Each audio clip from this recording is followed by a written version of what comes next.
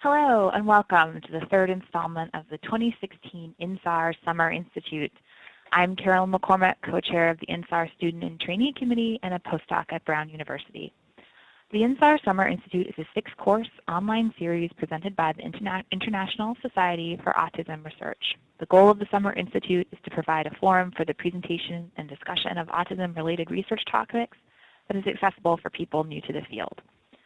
The Summer Institute was originally motivated by and conceptualized for early career researchers, specifically graduate students and postdocs, but is open to all those interested in autism research. We hope that the Summer Institute provides an opportunity for scientists with different backgrounds and from around the world to learn from each other and ultimately advance their understanding of autism. The Summer Institute sessions are free for everyone to attend live and available to INSAR members for replay through their My INSAR account. This is the second year we're offering this training opportunity, and the theme for the presentation is Familial Aspects of Autism. Today is the third session in our series and features a presentation from Dr. Connie Kasari, who will be talking about parent and family-led interventions. Know that there are background materials for today's talk. If you haven't already, you can download these at autism-insar.org. These materials define some of the key terms and provide suggested readings in the literature. As with all the Summer Institute sessions, a group of trainees worked with Dr. Kasari to prepare these course materials. The working group was led by Deborah Prikanowski, a doctoral student at the University of Florida. Other members of the working group who contributed to today's sessions are Dr. Stephanie Shire, a postdoc at University of California, Los Angeles, and Alan Gerber, a doctoral student at Stony Brook University. Kyle Sterrett, a doctoral student at University of California, Los Angeles, will be moderating today's question and answer session. Before we get started, know that you can ask questions at any time. We will leave plenty of time for discussion during the back half of the session. Ask a question at any time using the chat window on the left of your screen, and we'll get to as many of them as possible during the discussion period. At the very end of the session, we will leave a few minutes to talk about career development. If you want to get some advice about career development topics, please post your questions in the chat window and we will incorporate them in our discussion. We also greatly appreciate feedback from attendees. When you end your session, please take a few moments to tell us about your experience today in the comments section. Now I'm going to hand the session over to Deborah Prikanowski. Thank you so much and welcome, Deborah. Thank you, Carolyn. It's my pleasure to introduce Dr. Connie Kasari. Dr. Kasari is a professor of human development and psychology and education and psychiatry at UCLA. She's the principal investigator for several multi-site research programs and a founding member of the Center for Autism Research and Treatment at UCLA. She's been actively involved in autism research for the past 30 years, leading projects under the CPA, START, and Autism Centers of Excellence programs from NIH. She's been on the faculty at UCLA since 1990, where she teaches both graduate and undergraduate courses and has been the primary advisor to more than 40 PhD students. Dr. Kasari has published widely on topics related to social, emotional, and communication development and intervention in autism. She's on the Science Advisory Board of the Autism Speaks Foundation and regularly presents to both academic and practitioner audiences locally, nationally, and internationally. I will now turn it over to Dr. Kasari for her talk entitled Parent-Mediated Interventions with Children with ASD. Dr. Kasari? Thank you, Deborah. So good morning or evening, depending on where you are. Today our topic is research on parent-mediated interventions with children with ASD. So there are lots of different aspects of this topic that we could address, ranging from clinical issues of working with families and particularly these days very young at-risk infants through to research issues and how to design a study. So I think because we have fairly limited time, I'm going to focus on 3 issues. Let's see if I can bring these slides up. Yep, there we go. And so the first issue I want to spend a little bit of time talking about is targets of intervention. So what is it that you focus on when you're designing a study for parent-mediated interventions? A second issue is, what are the active ingredients of the intervention? Why do you think this intervention is going to provide some sort of benefit? And then a final issue is, how do you measure success with any research program? So we'll try to address these 3 issues to the extent that we can, and hopefully you'll have some questions about these particular areas. Okay, so the premise for parent-implemented interventions has had a long history, but most of the interventions that have been developed for kids with autism have really focused on therapist-child interventions. It's only been in the last maybe 20 years or so that we've had active investigations of parent-mediated interventions, even though we've always recognized that parents have been important to their children's treatment plans. So one of the things that we recognize about parent-mediated interventions is that we can increase access to effective interventions if we use parents to mediate that intervention. And at the same time, we can provide support to families who are struggling with their children's development. Another reason for working with parents is that we can increase the dose and the generalization of any intervention that we might want to use with a particular child. So because parents spend most of the time with their children, they can actually increase the dose of a particular intervention throughout the day. So that being said, there are lots of ASD interventions. Most of these have involved parents in some way, but not all of the interventions have been rigorously tested. Or if they have been tested, they haven't always yielded significant benefit over an appropriate control. So the first question we want to ask is, what is the evidence base for parent-mediated interventions? Okay, a couple of caveats first. I'm not going to focus particularly on single case or uncontrolled pre-post designs. I'm going to spend more time focusing on group randomized controlled trials. And the reason for this is that although we have many single case designs, especially with kids with autism, I think that those are really excellent for building an intervention program, but they're less good at testing efficacy or long-term outcomes. Rather, we have many more group designs these days, so we can focus on randomized controlled trials now. And the other advantage of having a group design is that we can start to look at for whom the intervention works best and maybe trying to understand a bit about why the intervention is working. All right. So when we think about the evidence for parent-mediated interventions, there have been two really influential reviews. There have been a lot of reviews, actually, of late, but two reviews I want to focus on I think were very influential. So the first one reviewed studies up to about 2002, and they only found 2 randomized controlled trials, and the sample sizes were really small, so 28 and 35 participants.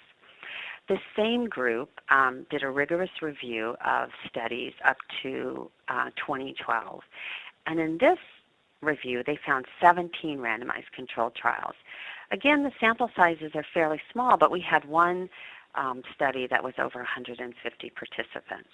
But given that, their sort of conclusion at the end of these reviews was that the evidence at best was conflicting and at worst of low quality. So they're really looking at the quality of the studies and whether or not the studies actually had significant effects. Well, since 2012, we've had many more randomized controlled trials that have been parent-mediated.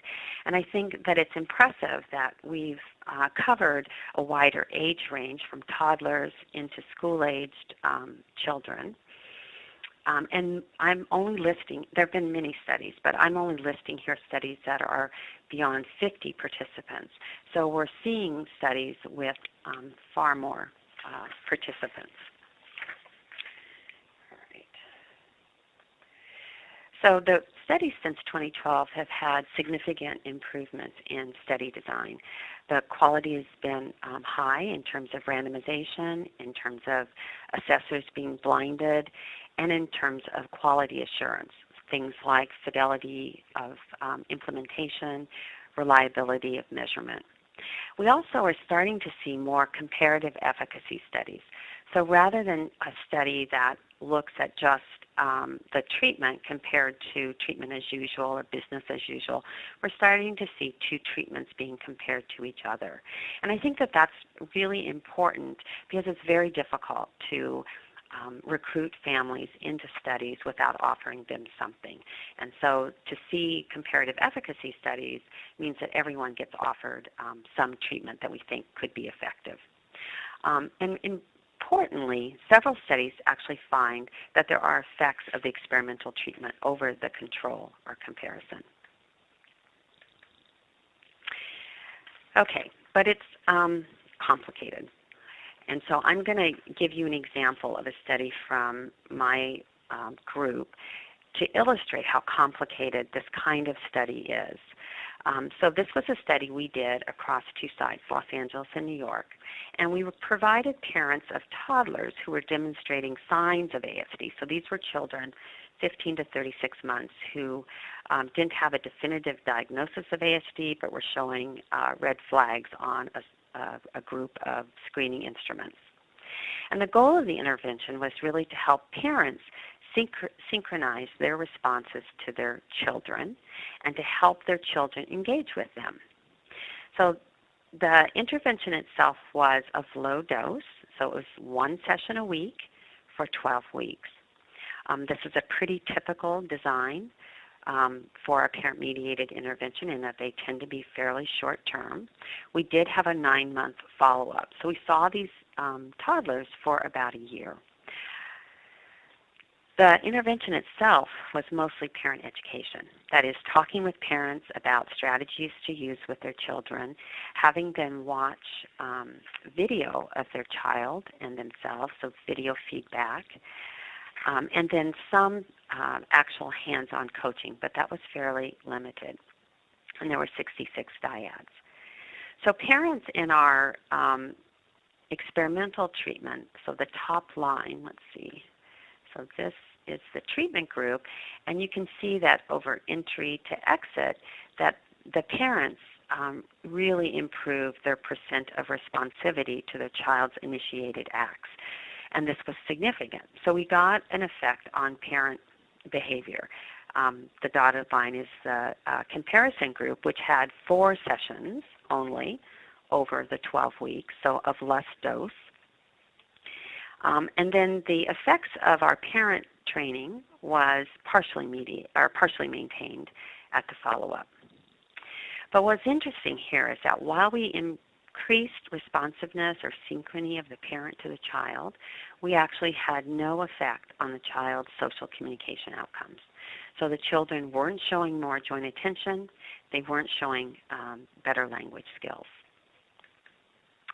But when we look at standardized tests of these two groups of children, they both made a lot of progress over that year, so 14 to 18 points change, right? But the growth was similar in both groups. So I think that this raises issues about what should be the target of intervention, and it's certainly something that we struggle with when designing a parent-mediated intervention. So the first issue I want to focus on are what should the targets be of intervention. So parent-mediated interventions raise the issue of what should be the outcome, right? Should it be the parent? Should it be the child? Or should it be both? So most believe that if you change something in the parent, it's going to have an effect on the child. And the child is the ultimate target, I think, of our interventions. That's why we're trying to mediate something through the parent. But as you can see from the example I just described, we changed something in the parent. It just wasn't enough to change the child targets. So it may raise issues about whether our targets were the right targets or whether the intervention needed to be changed in some way or that we needed a different intervention. So parent and child targets that have been commonly used in parent-mediated interventions are, in terms of parent targets, issues around responsiveness to or synchrony with the child's focus of attention, adaptation and coping, and stress reduction in the parent. And I think these are all really important targets. We certainly don't want to increase stress in families by providing them with strategies to help them with their children. Child targets tend to be a focus on social communication and language outcomes, sometimes play skills, and then sometimes reducing behavior challenges. These are fairly young child targets because most parent-mediated interventions have been carried out with young children. I also recognize that we're looking at targets that feed into that relationship with the parent. So we recognize that the parent is the parent to the child and not necessarily the child's teacher. So most of the targets are not focused on academic tasks, but more on relationship-based targets. And then sometimes, and actually more so recently, people are focusing in on dyadic measures, so joint engagement, which involves the active role of both parent and child. Okay, so one of the issues in designing a study is trying to find, with any of our outcomes, ones that are meaningful, ones that can make a difference in the lives of families and of the children themselves. So what's interesting, while research studies often will focus on these core impairments of children with ASD, such as joint attention or joint engagement, when families are interviewed, their concerns are often around other issues in home, so sibling relationships, sleep, transitions within the home, or feeding issues. And most of our studies actually haven't really focused on these particular issues. There are a few studies that have focused on home routines, so it's starting to get at those issues of what's happening across the day in the home. And I think a good example of this is Amy Weatherby's work, in which she used a search-based intervention called ESI, where she had parents apply strategies across 3 to 5 home activities a day, with the goal of really increasing that dose of intervention to about 20, 25 hours per week. We also did something similar where we taught parents strategies to use across 3 activities at home. And here it's important because parents are telling us what they want to work on. And so hopefully there's a greater buy-in and access to those interventions. So another issue to think about is that the outcomes need to be related to the focus of the intervention.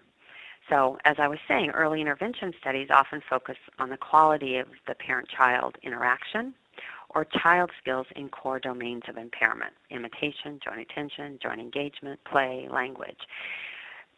There are older child interventions that will focus on parent-mediated strategies.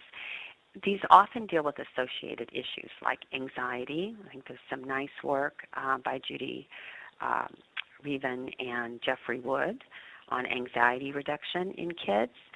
Behavioral challenges, so Larry Scahill's group has done a nice study of helping parents reduce those challenges that they cope with at home. And then there's work on parent-assisted friendship development, some of the work by Liz Lageson. But those studies tend to still be, at least with anxiety and friendship development, fairly small studies, although very consistent findings. Again, the majority of our studies are really early intervention studies. So content focusing on core impairments makes sense, and we think about those 2 ones that we really worry about with kids with autism, so social communication impairment and restricted and repetitive behaviors. So far, there have been very few interventions that have been developed for repetitive behaviors. I think those are developing, but for the most part, we have more interventions on social communication. So I want to talk a little bit about what those targets would be for those early social communication deficits. So targets might be on joint engagement. We are seeing increasing studies in this area. They might be on play skills. children with autism have difficulty playing, especially symbolically. And then communicative gestures, both requesting and joint attention gestures, and of course language use. So why might we focus on those early core impairments with a parent-mediated intervention? One is just how important these skills are to development. So we still think that language by age 5 to 6 years of age is going to provide the best social outcome for a child with autism. And what that means in terms of how one measures language, usually people are referring to phrase, speech, or sentence use. We also know that joint attention skills predict to later language. So this is true for all kids. So joint attention skills are those skills where a child might point to something, they might show a toy to a person, they might look between an object or an event and the person just to share that event. So not necessarily requesting gestures, also important, but the joint attention gestures are really sharing gestures. We also know that play skills are associated with later cognitive abilities, and particularly symbolic play skills. All right, so a second reason that we might focus on these core impairments is just the difficulty in engaging children with autism at a young age and the kinds of concerns that parents have. So I'm going to show you a couple of little video clips just to illustrate what I'm talking about and probably what you already know about. So in this first little clip, it's a 3-year-old boy. He's had a fair amount of intervention already, but this was our first session with him, trying to just play with him, just to engage him in a play interaction. And Mom says that he really doesn't like to play, and you'll see that see what she's talking about.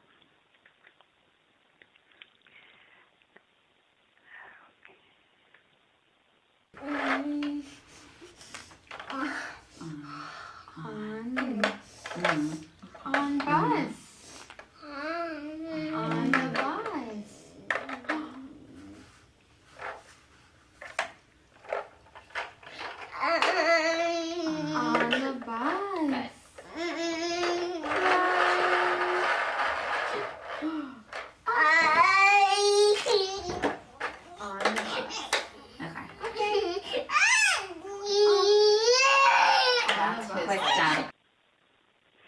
Okay, so play is not really fun for him. He doesn't want to play. He doesn't want us to try to expand his play or to keep him going in this play routine. And so that's really hard for Mom because he needs to have things in a particular way. So in our next little clip, it's a little boy, also just under 3, and Dad is trying to engage him. But he's really just not engaged. He's onlooking, he's kind of watching the play, but he's not really joining in. Austin's turn.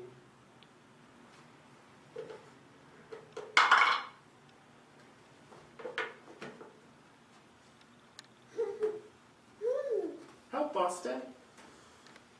Help.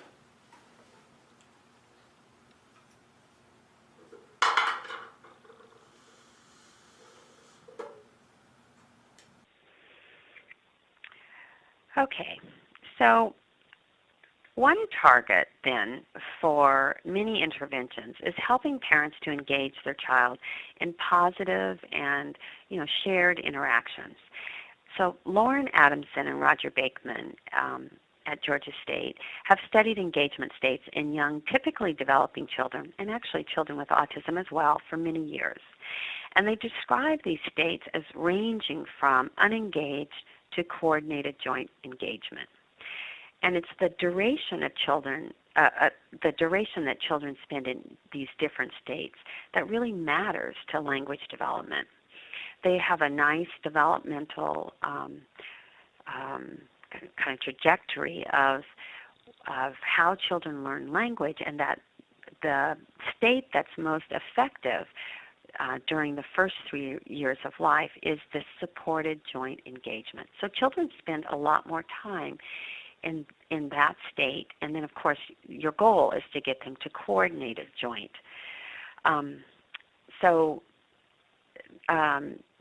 It's really young children, like around 6 to 9 months, that children are mostly in person engagement or object engagement alone.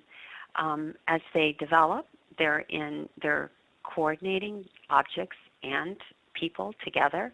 But in supported joint, and I'll show you a video, children are really being supported by their parents. They may be aware that the parent is engaging with them. They're engaging with their parent. They're well aware that the parent is part of the interaction, but there aren't obvious signs of that. So they're not necessarily showing or pointing, talking, or looking at the parent, but it's clear that the child is engaged. And that's a really productive state for learning language.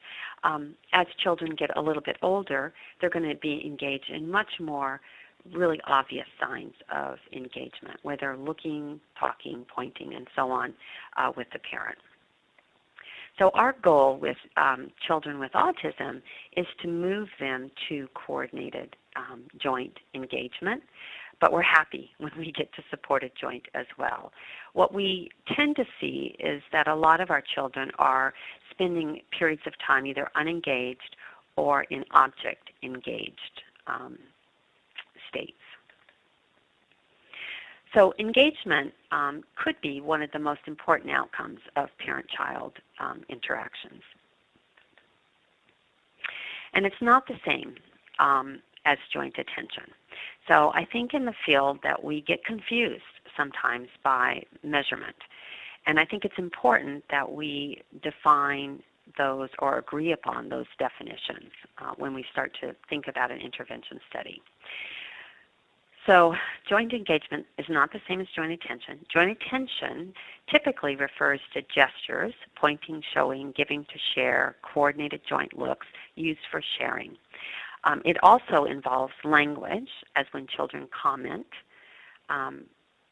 So that would be joint attention language, commenting on something that they're doing with an adult. It's different from requesting gestures, so pointing, reaching, giving, or words, I want, right? So we try to differentiate between requesting gestures and language, joint attention gestures and language. Initiating joint attention gestures are associated with later language in kids with autism. So is responding to joint attention, but initiating joint attention is much more impaired in children with autism, and it's difficult to teach. So joint engagement is different from shared attention. So it does require active participation of the child, with supported and coordinated being the highest levels.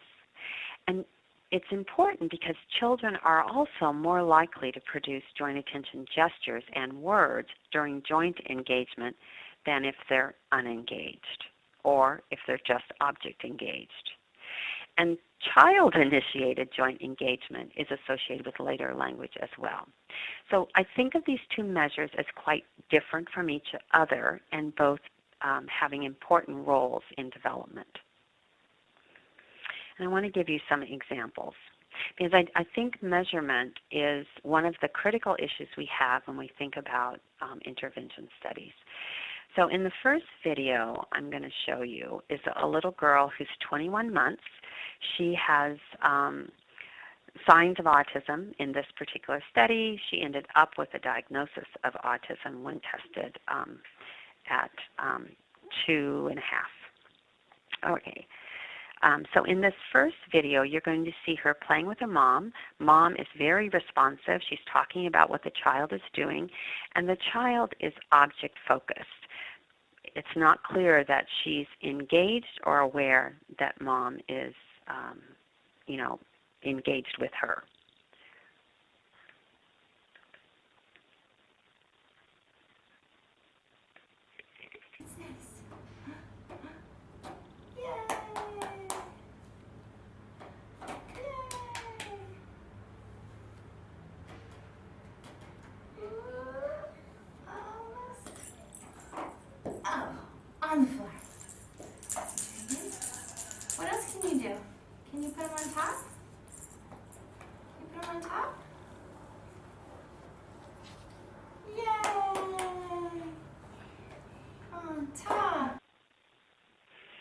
Okay, so from our perspective, we would code this child as object engaged, not in joint engagement. They are definitely sharing attention because the mom is, co-orienting to the same activity as the child. So in this next video clip, you'll see the same dyad. This is a little bit later. And mom and child are in coordinated joint engagement.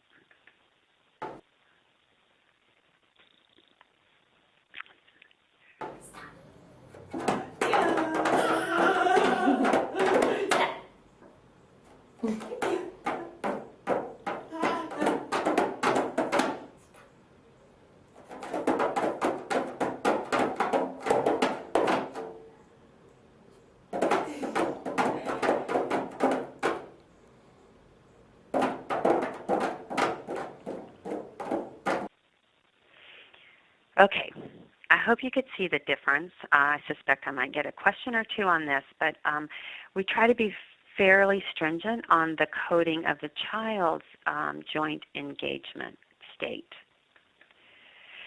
So how do you successfully engage children? And I think this is one of the things that we struggle with in terms of our parent-mediated interventions. So I'm going to talk a little bit about some of the strategies that we've used. They are similar to and sometimes different from other studies. So we spend a lot of time thinking about play as a means for engagement. And the goal here is to increase really the diversity and the complexity of the child's spontaneous play. So for us, we think about play developmentally. It's been very well defined in terms of typical development play levels. So there are usually two categories. There's functional play, and within that we think about simple play, things like pushing a button, rolling a car down a ramp, very simple actions. Combination play is a level of play a lot of our kids come in with. So the ability to do a presentation combination where they put pieces in a puzzle, or they're just combining objects, or maybe stacking objects. Maybe they're building a castle with blocks, so it has a physical presence. And then pre-symbolic skills, which are still functional skills, are when the child is doing things to a doll, say brushing their hair, wiping their nose, etc., or putting the doll in the bed. And then, of course, our goal for most of our children is to get to imaginative play, symbolic or symbolic play. And this is where one object may stand in for another. The block is a hat for the doll, or the child talks for the doll, or the doll comes to life. All right. So if we go back to our the little girl that we just saw, and we think about where she was in terms of joint engagement and her play level. Let's look at this first video again. Now, in this video, she was in coordinated joint engagement with her mom, but the level of play is actually simple play, right? So she's just banging on the drum.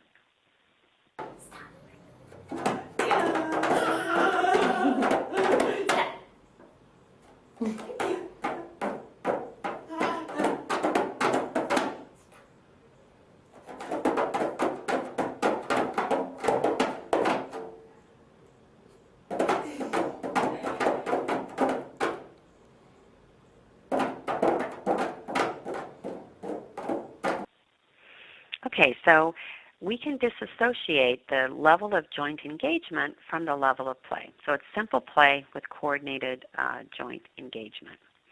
In this next clip, let's see, we will watch her with the ring stacker again. And here she's object focused, but the level of play is a higher level of play, so she's at combination play.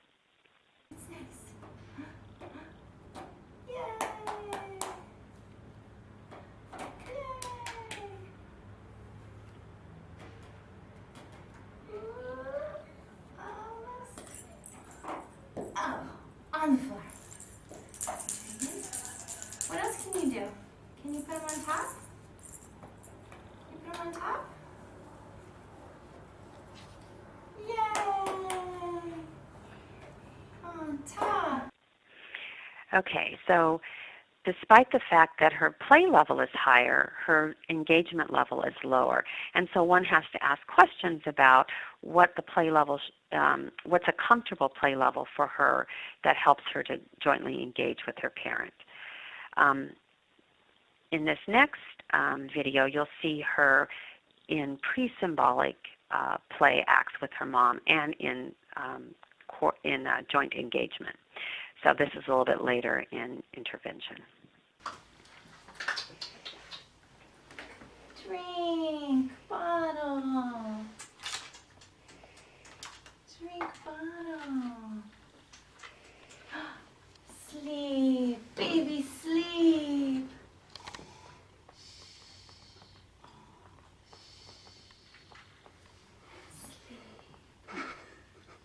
Wake up, wake up, wake up, wake up, sleep.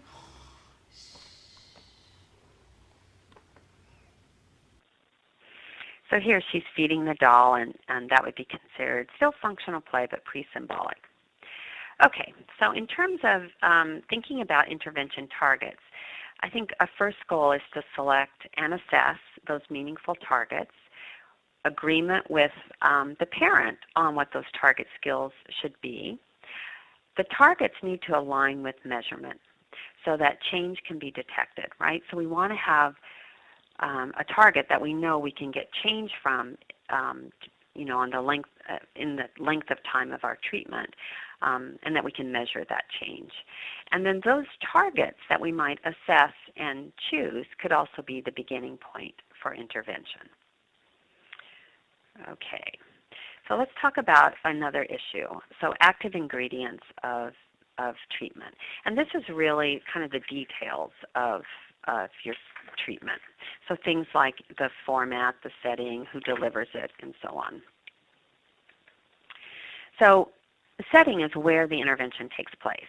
And parent-mediated interventions have been carried out both in clinics and in community settings such as home or school. The dose also varies, but typically 1 to 3 visits per week, usually about an hour in length. 3 months is very common for a parent-mediated intervention, and that's certainly not suggesting that that's the amount of intervention that a family needs, but it's enough to determine whether an intervention has some effect. So 3 months is probably the smallest amount of time, to several months in duration. So Amy Weatherby's study was 9 months in duration. Jonathan Green did a study that was 12 months in duration. But the number of sessions will vary. So for instance, 12 sessions all the way up to like 96 sessions. So really variable. And the expectation really is that this dose of intervention is going to lead to a greater dose every day, right? Because parents will practice that intervention over the course of the day and across many different activities. So we can actually increase the density of an intervention. So the approach varies from parent education, or certainly groups are a less expensive way of delivering an intervention, especially if it's done in the clinic. Or they could be individualized with video modeling or talking to the parent, versus an approach that's more hands-on coaching, which is more one-on-one and perhaps a bit more intensive. The approach also varies in how structured or naturalistic the intervention is. So some interventions have an invariant order to how the skills are taught. This is especially true for parent education interventions. So every week you know exactly what the topic is, and it is delivered as expected. Other interventions are more flexible. They may layer in new skills each session. Those might be invariant, or they might be more flexible in how they come in. Some other interventions might teach kind of an overall goal and then use each session just to practice that particular goal. So to date, the evidence really indicates that both teaching approach and intervention targets matter for improvements in these core social communication difficulties of joint attention, play, and engagement.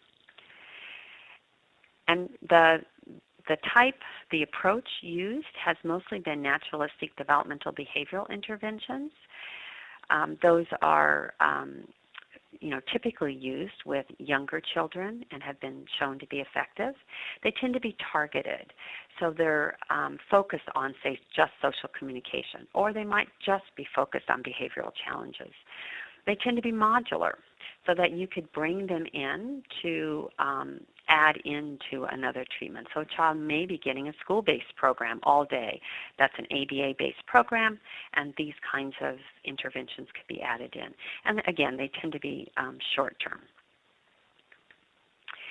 So I'm going to give you an example of one of these NDBI interventions called Joint Attention, Symbolic Play, Engagement, and Regulation, JASPER for short, one that we've worked on here at UCLA. There are the core concepts, the core targets that we're really addressing here are joint attention, play, and engagement. And parents are taught strategies around things like environmental arrangement. What kinds of materials do you select? How do you arrange yourself vis-a-vis the child? What kinds of, how and when you use different materials. Involves imitation and modeling. Play routines is what we use to try to extend engagement. We teach joint attention gesturing, and there are some language techniques. So like a lot of NDBIs, there are just core strategies, and many of these overlap with each other, but there are unique aspects to each intervention as well. In the case of JASPER, it's layered. So we really work on getting engagement first with the parent and child. We work on play as a means for establishing engagement. We work on joint attention skills and requesting, and then we worry about language as well. And there have been a few studies published, if you want to read up on those. A couple of toddler studies. The first one was a pilot, and then a second study was recently published.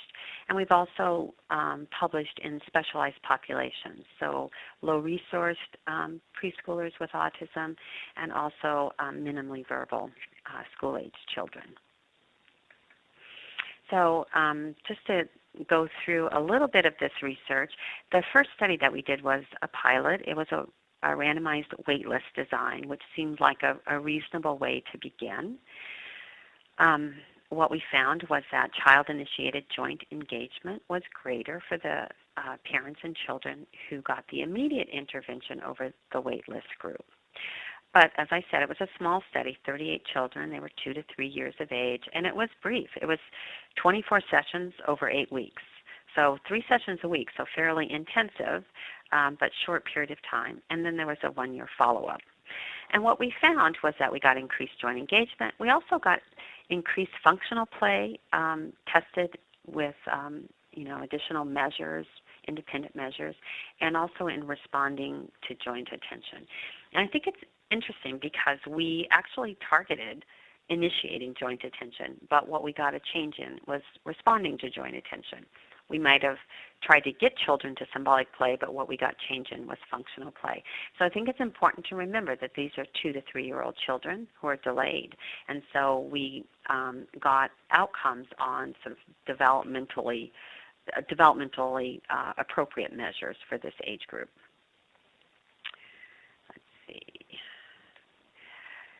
So we followed that waitlist design study with a comparative efficacy study. In this case, trying to think of whether we could just provide the information to parents and that would make a difference versus hands-on coaching, which is a little more intensive and expensive.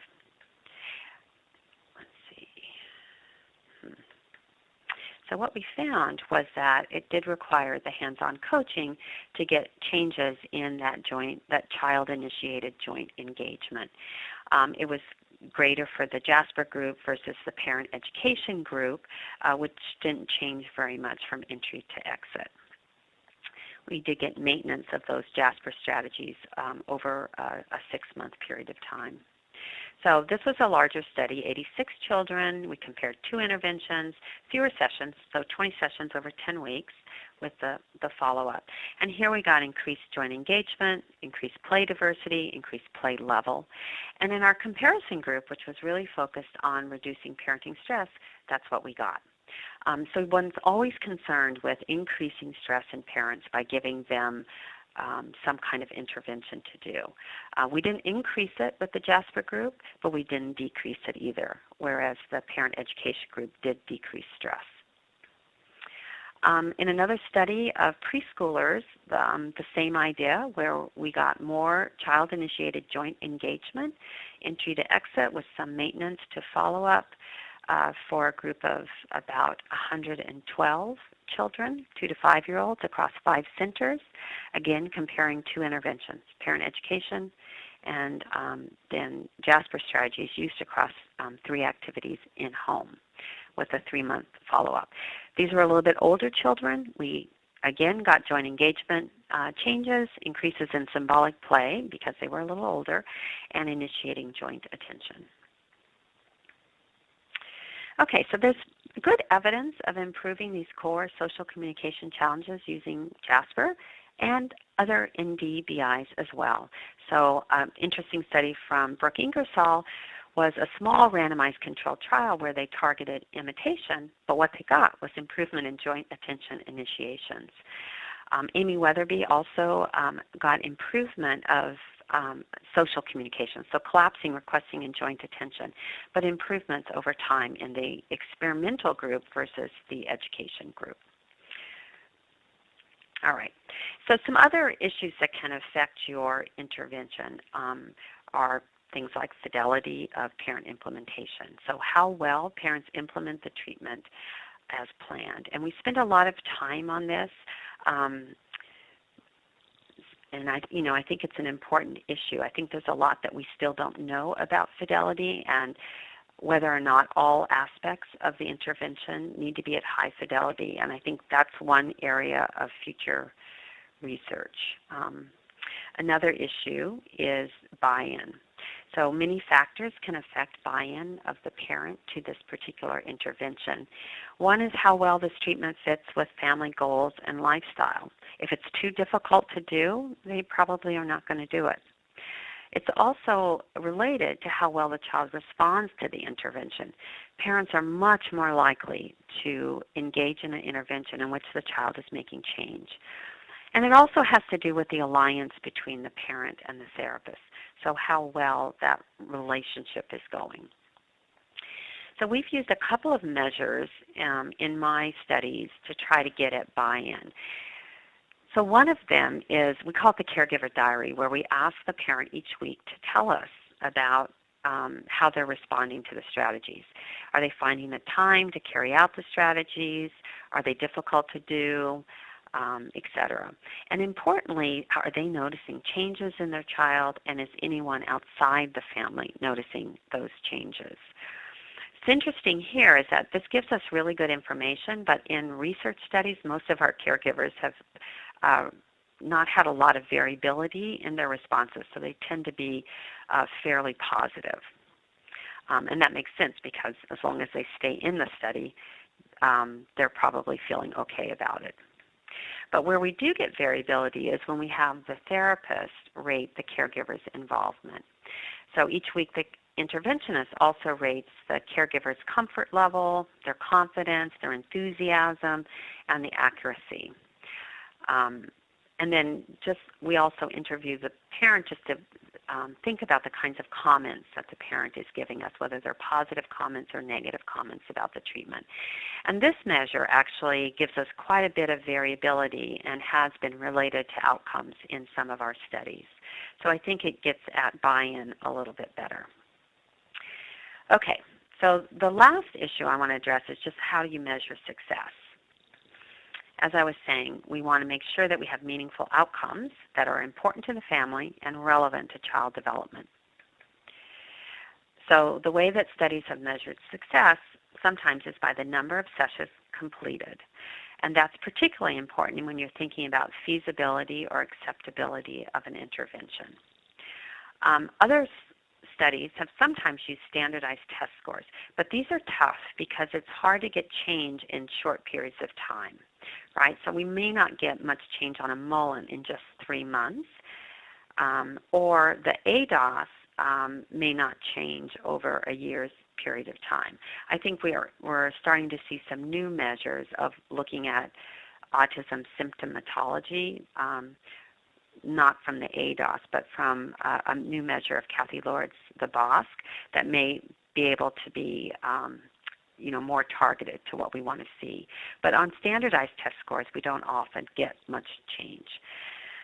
We tend to look at both parent and child skill change. We have more evidence for change in parent behavior, for example, increased responsiveness. We get less change in child outcomes, like child communication. So whatever the measure is that we want to look at, it needs to relate to the intervention that you want to do. So it's also important to remember that a single treatment is not going to be effective for all individuals.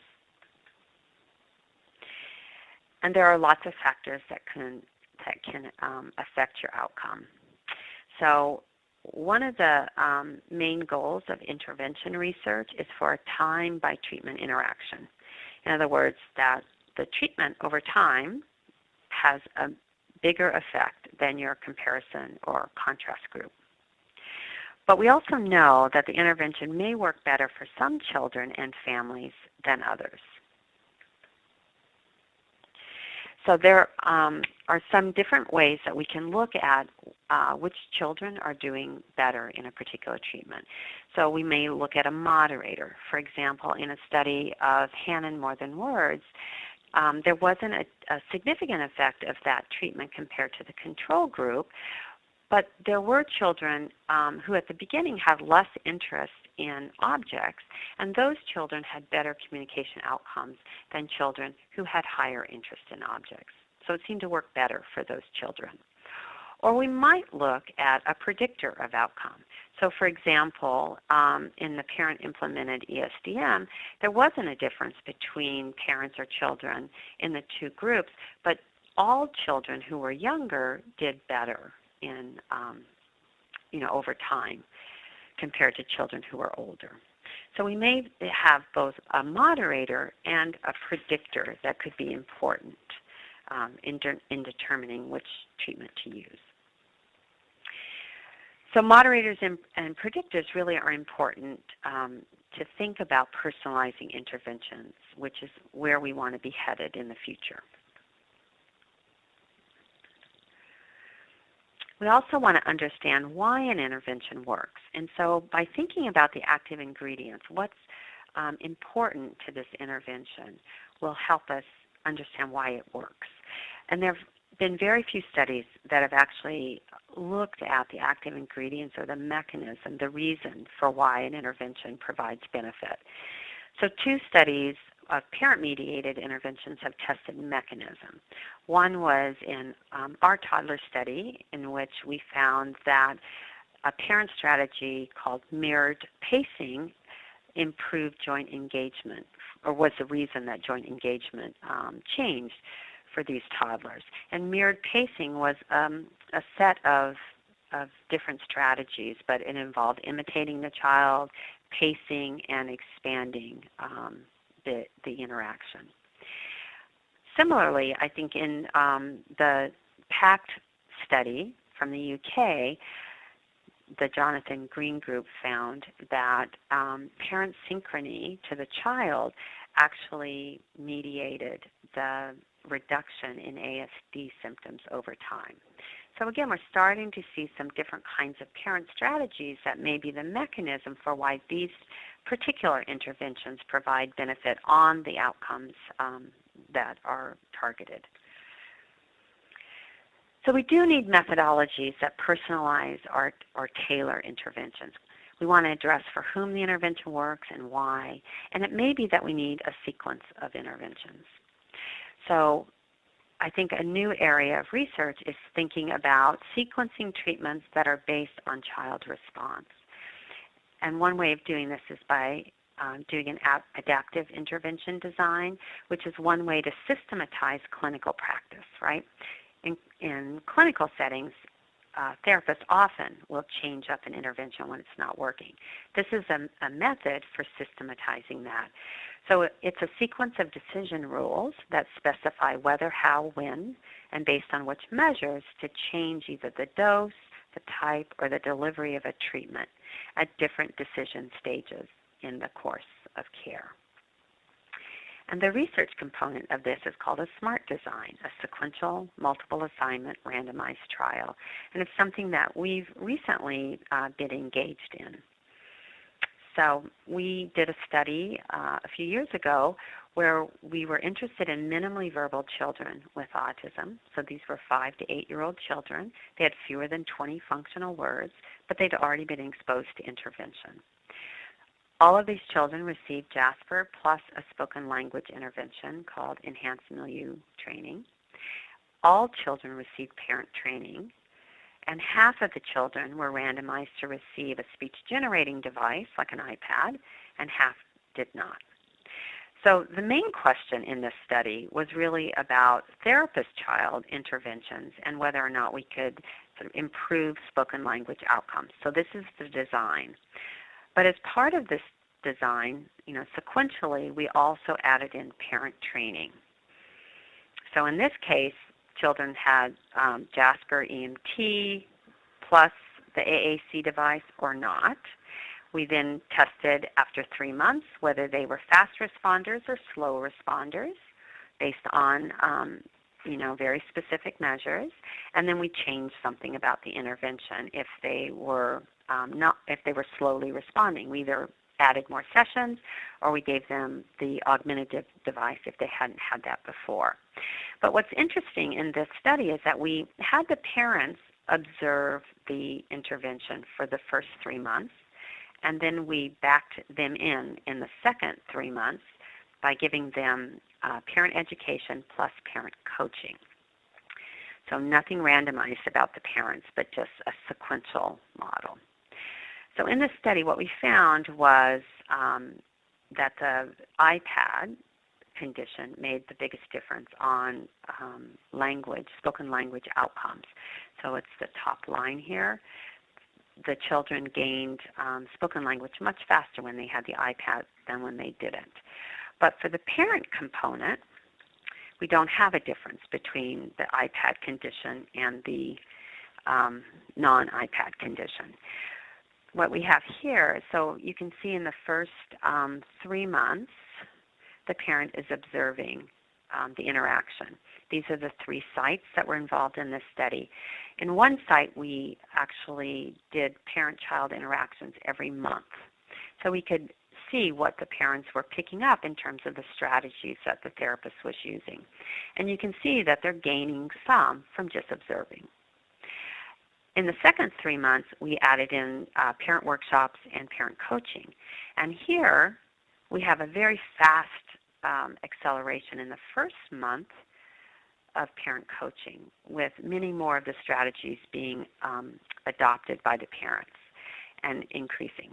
So now all of the parents are increasing over time, but you can see this kind of piecemeal way in which they're learning.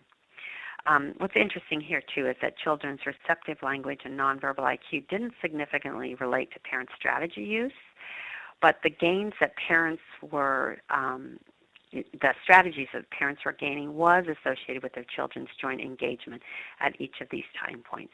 So as parents gained strategies, so did their children gain joint engagement. So I think that this is another way of thinking about of parent-mediated interventions. One could easily randomize parents to different treatments as well, and something that we're doing currently in a study of minimally verbal children. Okay, to finish up then, so major questions going forward. the effects from parent-mediated interventions often are not followed up on, but we need to understand whether these effects are maintained over time, or in some cases, whether parents are actually having a delayed effect, right? So if at the very end of the study, the parents have now gained all of the strategies that you've taught them, their effects on their children may be delayed over time. So those follow-up assessments become very important. It's also important to understand what the downstream effects of parent-mediated interventions are. So perhaps having more distal outcomes related to the parent-mediated interventions. And here we would need longitudinal follow-up. Another question that we should be asking is whether or not we can deploy these interventions effectively. So one of the issues is that a lot of studies take place around autism centers, but we have many families that don't live close to an autism center. So some examples are using telehealth methods, and I think both Brooke Ingersoll and Lori Vismara have done some really interesting work in this regard, and I think probably that's an area for the future. It's also important to think about adapting interventions that have been developed in high-resource countries for implementation with families in low-resource countries. And some nice work has been done by, again, Jonathan Green's group, in which they took the PACT intervention developed for UK families and have used it in India and Pakistan with a randomized controlled trial with, again, nice effects on parent synchrony and child initiation of communication. Okay, so in summary, we've had a significant increase in high-quality randomized controlled trials of significant size since 2012, so a relatively new change. Early interventions have really focused on increasing success in improving that parent-child relationship and child outcomes in social communication. Measurement of meaningful outcomes has increased, but we still need agreed upon definitions and measures and endpoints. And until we do that, it's going to be hard to compare one study to another. We also need to expand populations that are representative of the community. Far too often we have samples that are high SES and white, and clearly our ASD is seen in a broader population. So I think we do need to be mindful of expanding our representation. In terms of future directions, some areas of research that are needed are thinking about active ingredients, so why a particular intervention works, really thinking about the mechanism, personalizing treatments for whom an intervention works best. I think adaptive designs or testing sequences of treatments will get us closer to that answer. And then, of course, disseminating effective interventions into the community. All right, so I want to thank you for your attention and appreciation to the INSAR student group, Deborah, Alan, and Carolyn, and to my UCLA students, Kyle and Stephanie. So thank you very much. Thank you, Dr. Kasari. That was a great presentation. Now I'm going to hand the session over to Kyle Starrett. He's the member of the working group who will be moderating the question and answer session. Take it away, Kyle. Thank you very much for that great talk, Dr. Kasari. So we have a number of wonderful questions from our audience, so we'll get started and answer as many of these as possible. So first question, you referenced a study at the beginning where you saw increases in parental responsiveness, but they were not linked to child outcomes. Do you have any additional thoughts as to why the parent gains during the treatment may not be linked to these outcomes?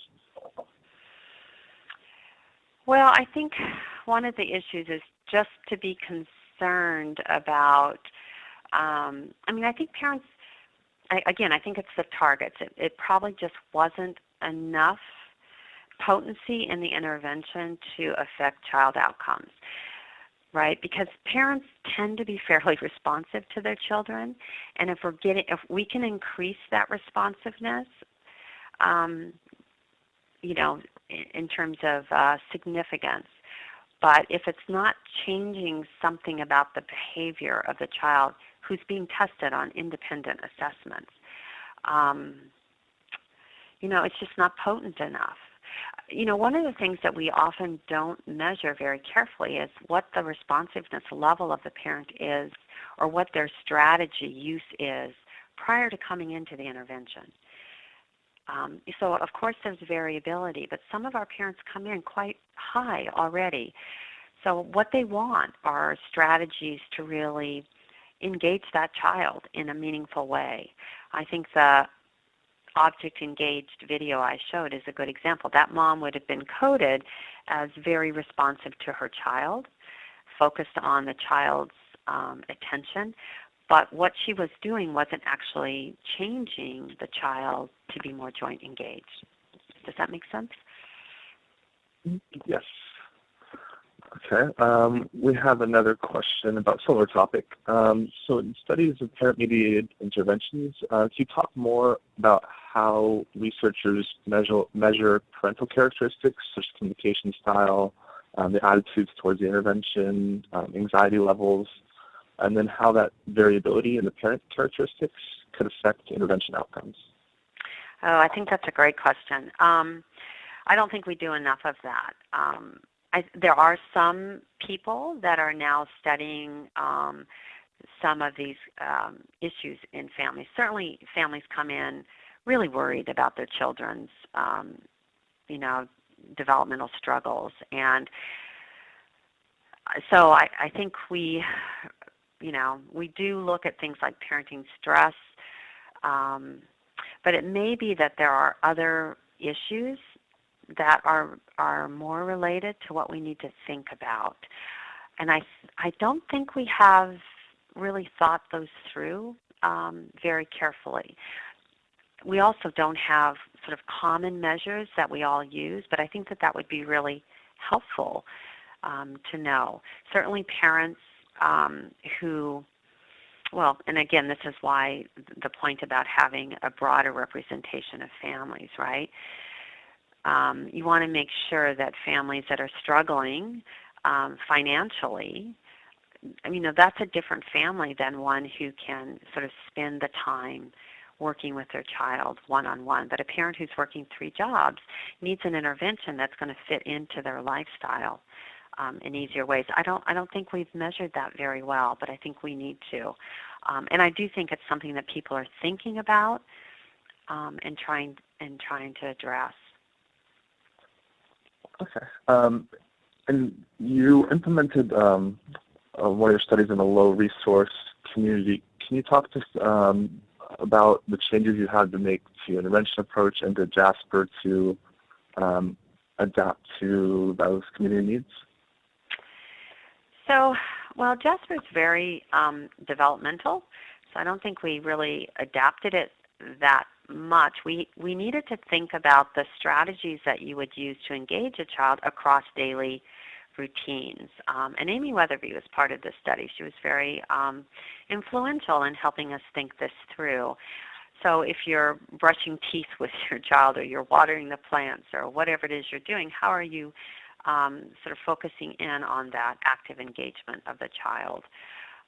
So we really partnered with parents and thought that through. I think a bigger issue is, how do you get parents who are, low resource to engage in this type of intervention? Once we got parents started in the intervention, they maintained that engagement, right? We didn't have much attrition. But we had a lot of attrition just entering into the study. So I think that's a huge issue to think about, and certainly one that people are trying to think about in terms of getting really low-resourced families to engage in intervention so that they see the benefit, and that we are sensitive to the kinds of issues that we may need to see them on the weekends or at night, or we need to be more flexible in thinking about those issues. one might be delivering the intervention in the language that's comfortable for the family. So that's something we did do in that study, but I think it's something that we have to think about.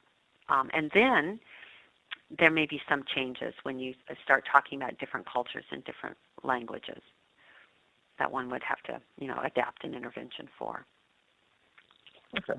And then on a similar note, so when you're working in homes with families, how does specifically the Jasper intervention address challenging behaviors that children may show with parents?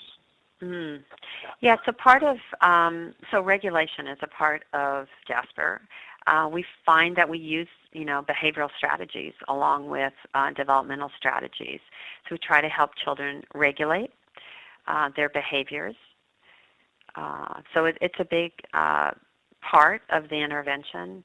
We tend to find that, I think behavior problems can be a good thing. It means that a child's trying to communicate, so they've got a little spirit there. So that's a little bit better situation to be in. But we deal with those challenging behaviors. I think one of the things you have to be mindful about is when you're in home, what is the family routine like, and how do you make those behavioral changes that can be sustainable in the family context? So you have to be creative sometimes, but having some behavioral background is really useful, as well as developmental when working with families and particularly young kids. Okay. And then from a researcher's perspective, how do you deal with noncompliance and resistance from parents to the intervention strategies from a research design perspective? Well, parents aren't going to buy in, are they? They're not going to do the strategies if they're resistant to it. So, noncompliance, they probably will not be completers of the intervention. I think, it's like whenever you work with a child and a family, you're trying to figure out what's going to work with them, and you have to be fairly flexible within the context of the intervention. Interventions weren't meant to be delivered exactly like a recipe book, right? There's a framework, and you're going to work within that framework of whatever this intervention is. But, if parents don't buy into it, they're probably not going to do it, and there may be good reasons for not doing it. In other interventions I've done, not necessarily parent-mediated interventions, but sometimes, I guess it would relate to parents. They don't actually need the intervention. Sometimes parents come in, and what you have to offer them, they're already doing the whole intervention. They're doing a great job. So they actually don't need your intervention. They may need a different intervention. But a lot of times we don't assess and enter families in based on that kind of need.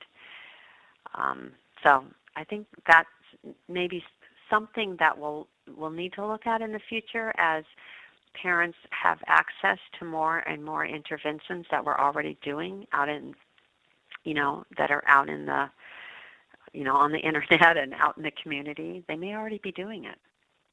So that's an interesting question, something to think about. Okay. And there were a number of questions about the SINA study, the speech-generating device trial. So did you find that the level of intellectual functioning between the slow and fast responders moderated the effects? No, we didn't. Surprising. We were surprised by that. No. The IQ, the nonverbal IQ range of that study was like 38 to, I think, 120 or 140. It's a huge range. And we thought that would moderate, but it didn't. Okay. So there was a lot of heterogeneity in that group. And we didn't have a huge sample. It was only like 61 kids, I think. So not huge. But we didn't find that nonverbal IQ, anyway, was a significant predictor. I think we're now currently doing a study where we'll have 192 children, minimally verbal, in that same age range. So we'll be able to look at that variability, I think, a little bit closer. Okay. And And then a specific question. So what was the difference between the augment and intensify in your decision tree for that study, slow responding children? Yeah, so if they were responding based on, we had 7 measures of response, and if they made 25% gain on those measures, we said they were responding. They stayed the course. If they were slow responders, we just re-randomized them. They would get either 3 sessions instead of 2 sessions per week, or if they were in the JAS-BMT group without the device, they could get the device. If they were in the group that had the device, we didn't want to take it away from them, and so their only choice was to go into more sessions. Okay. So it was unbalanced, but you can do that in this kind of design. Do you have any thoughts on, in general for parent-mediated interventions, what leads to slow response from children? Say that again? So just in parent-mediated interventions in general, what do you think are the likely causes of slow or non-response?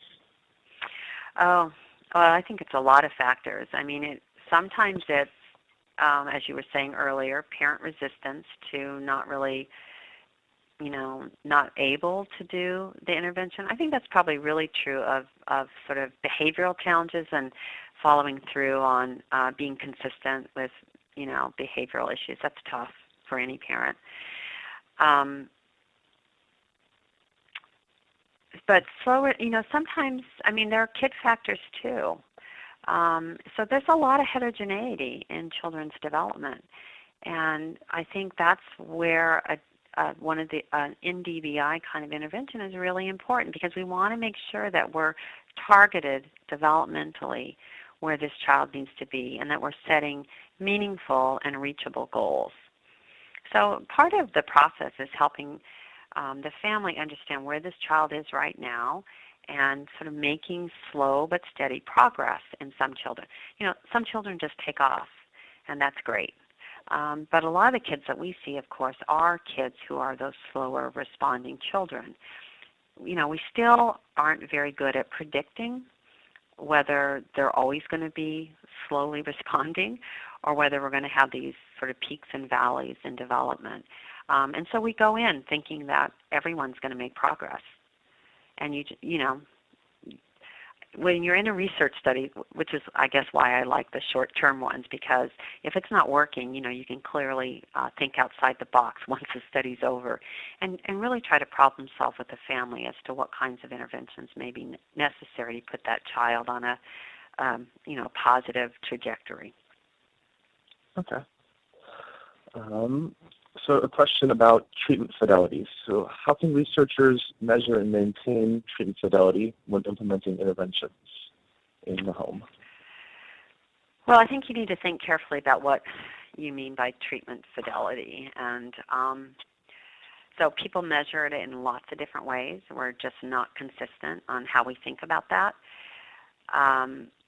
So I guess an interesting issue for me is on parent fidelity. It's usually the therapist who's mediating this intervention through the parent. So they're teaching the parent different strategies. But rarely do we hold that parent to the fidelity that we would with a therapist. So for example, with a therapist, if the person falls below, let's say, 80% or 90% fidelity, 3 sessions in a row, you're going to have them stop and recalibrate. So we wouldn't do that with a parent. We don't have parents sort of reach some level of fidelity. We keep doing the same strategy over and over and over again until they get some fidelity. Instead, we teach the strategies and we practice those strategies, and then we measure, oftentimes as an outcome, how well they're using those strategies. So it's different. It's not really fidelity in my mind. It's really the implementation of strategies that they're using. So again, it also depends on what you're measuring. Are you measuring that they are doing like a checklist of things? They have toys present. They they are facing their child? Or is it that kind of fidelity, or does it include some kind of qualitative aspects? So things like pacing and so on. So I think there are a lot of ways in which we measure fidelity. So it just depends on how you're measuring it, what you think is important, and then those are the things that you would focus on in your sessions. Okay. And we have a question about generalization of skills. So can you offer your thoughts on the generalization of skills in parent-led interventions? Can there be higher generalization in different contexts versus therapist-led interventions? So do you mean would the child generalize better from a therapist-mediated intervention or a parent-implemented intervention? I think that was the question. I would think that generalization, well, so I think if you teach a skill developmentally, so the child is ready to learn the skill, it's probably true of parents as well, then you don't worry about generalization. You just feel like they have the skill and they're going to use it when they need to because they have learned it, right? It's when they haven't learned the skill that it doesn't generalize, or when it has no meaning, it doesn't generalize. So I guess it depends on what you're talking about. If you're working with a family in home, I would hope that you're thinking about the home situation, the routines that they have, and you're teaching them skills that they could use across those routines in home. If you're teaching them in the clinic, you may not know what's going on in the home, so they may have less generalization because it may not be something that the parent can actually do in home. So some researchers would argue that you should teach in the context in which you want the change to happen. We certainly think about this in terms of school-based interventions. You know, start in the school from the beginning, not in the clinic. And that may be true if what you're expecting is that the parent is going to do something in the home for many hours per week. You should probably be in the home so that you can see what those challenges are. Okay. We have another question from a participant in Egypt who's working with children with ASD and their families. He would like some advice on how to engage parents and families in programs in areas where there's low autism awareness. Well, let's see. I think you want to, it almost doesn't matter what the label is. If you're working with a parent and a child, it's helping the parent understand something about the child's behaviors, what the meaning of those behaviors are, what the finding out what the parent wants change on, and helping them work through their child, to get those changes. So I don't know that it's so important to provide a lot of information, at least initially, on autism, especially if the family has a really young child. Parents are so worried about, what that means. But you are looking at these kind of behaviors or symptoms, and then you're trying to help the family, communicate with their child, engage their child, or have a better relationship. Okay. So I think if you appeal to those issues that are really important to the family, the buy-in will be stronger. Okay. Another question. You had mentioned that some studies on interventions for repetitive behaviors are in development. Mm-hmm. Do you know what specific studies on this topic and what groups are working this, and just some general future directions for that core deficit? I think Helen McConaughey has an intervention on repetitive behaviors. I think they maybe have published, they've presented at least a pilot study on those behaviors. And I think other people are looking at the reduction in restricted and repetitive behaviors by applying a social communication intervention. So I think one question is, do you need to have a very specific intervention for repetitive behaviors, or do you need to address it sort of through the back door, through different avenues, like through social communication or through executive function or through cognition or some other approach? So I think that that's an interesting avenue for future research, and I'm sure we have many people out there who are thinking about this.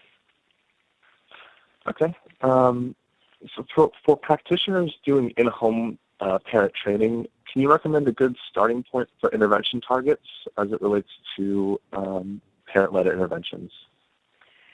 Say the first part of the question again. So for practitioners doing in-home parent training, can you recommend a good starting point for us in terms of intervention targets?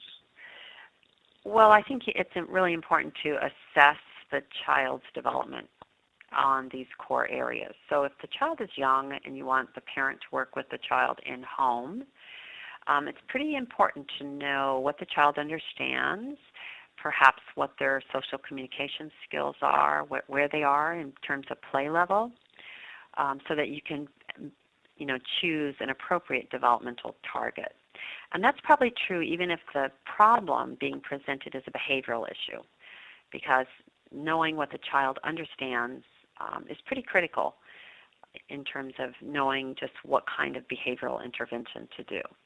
So I would always recommend a good assessment. With little kids, we always use the same assessments. We always do a social communication assessment. We use the ESCS, Early Social Communication Scales. We use a structured play assessment because we want to know where this child is developmentally. And we would probably do some language assessment based on their developmental age. Okay. And there was a question about Kathy Lord's new measure of child symptomatology and how it can be applied to parent-mediated interventions. I think that's in reference to the BOSC. Yes. I think it's going to be great. They published some preliminary data on the BOSC, and I think it's available through WPS. It's actually applied not to the ADOS, but to some standard measure, like a parent-child interaction. And the goal is that it's going to be sensitive to change on those symptoms that we think are all important, which are these kind of core deficits. So I think a parent-child interaction, or let's say the structured play assessment or some other assessment that one would do, you could look at those for change on the BOSC. Okay. Then there's another question here about research design. So some reviewers have commented on the challenge of controlling for participant heterogeneity, which may affect intervention findings in RCTs, so things like cognitive functioning, language skills, or comorbid conditions. Can you comment on which are the most important participant factors to control for in studies and how we can better control for those? Well, I think heterogeneity is really great to have in studies, because then you can look for, predictors, or you can look for moderators. We always have heterogeneity. But controlling for, so the things that you might randomize on, that you might include in your randomization, are things probably like age,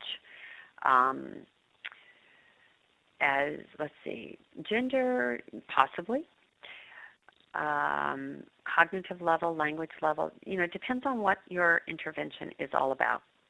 So if you're thinking that you want to focus in on social communication skills, you may want to randomize on or control for in some way the language age.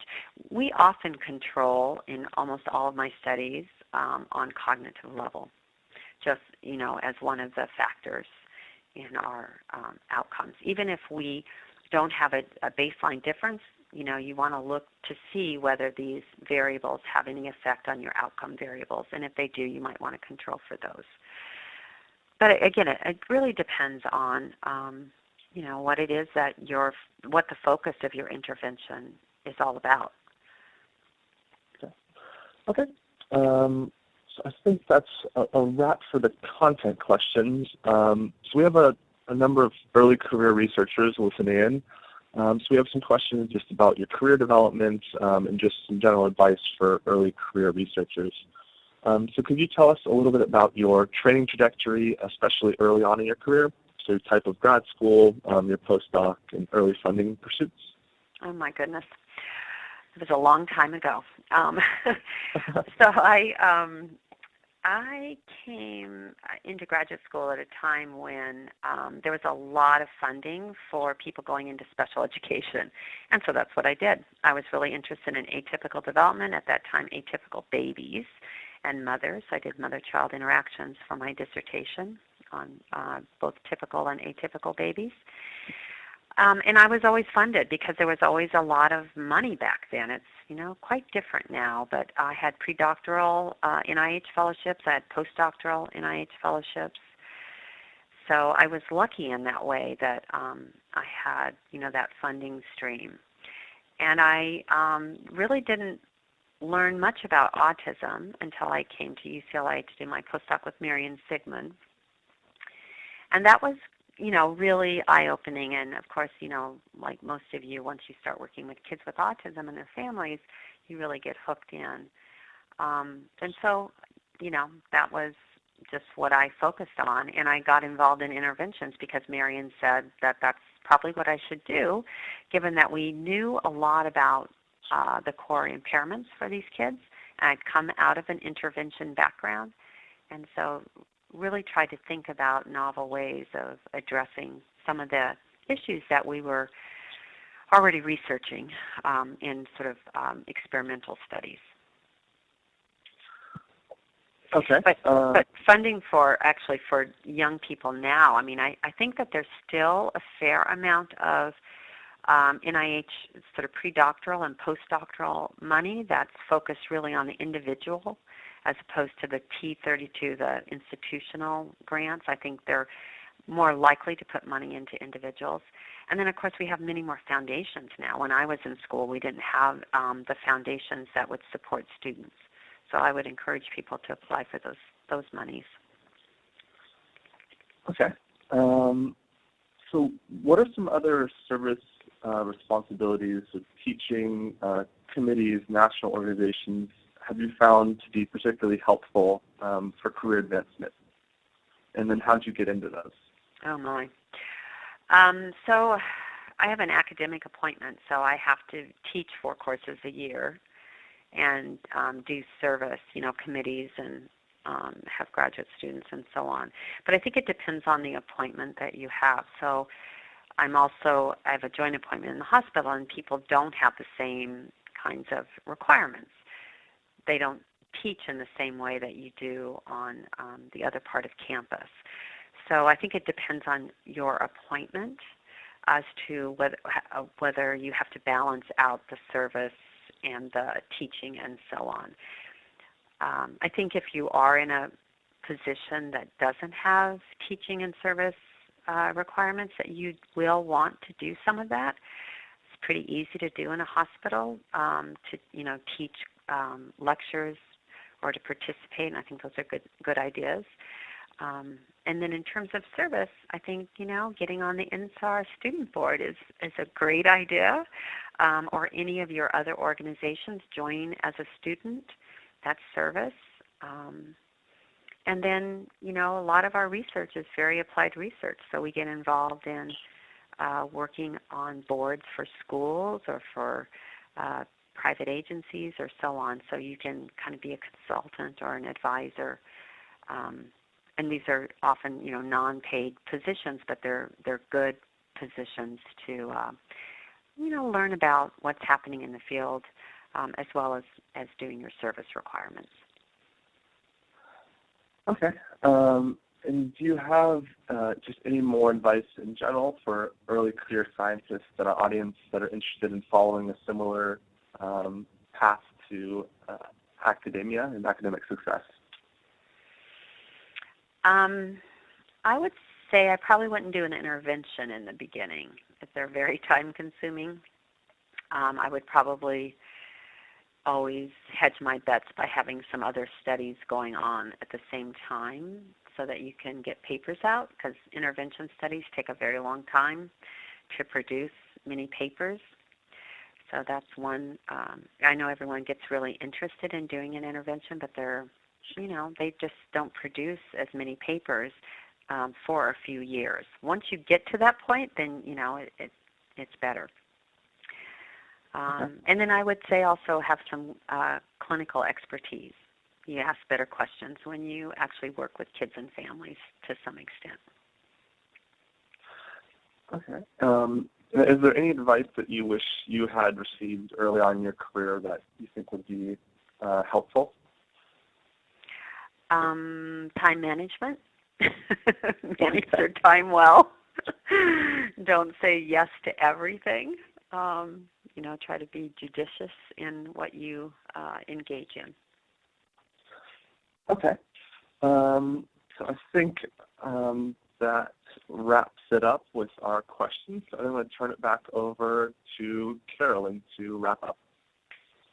Great. Thank you so much. Those were some great questions and really nice answers. So I just want to say, end the session by thanking Dr. Kasari, the working group, and everyone for joining us live. Video replays are available to INSAR members for the entire 6-course series, including this one. You can become an INSAR member by visiting autism-insar.org. If you have questions or want to get more involved, like Dr. Kasari mentioned, you can contact the Student and Trainee Committee at insar-autism.org. We really hope that you've enjoyed this session of the 2016 INSAR Summer Institute Series. We really want feedback, so please take a few moments to fill out the comment section after you end your session. And you can join us next week when William Mandy discusses sex differences in ASD. Thanks everyone so much.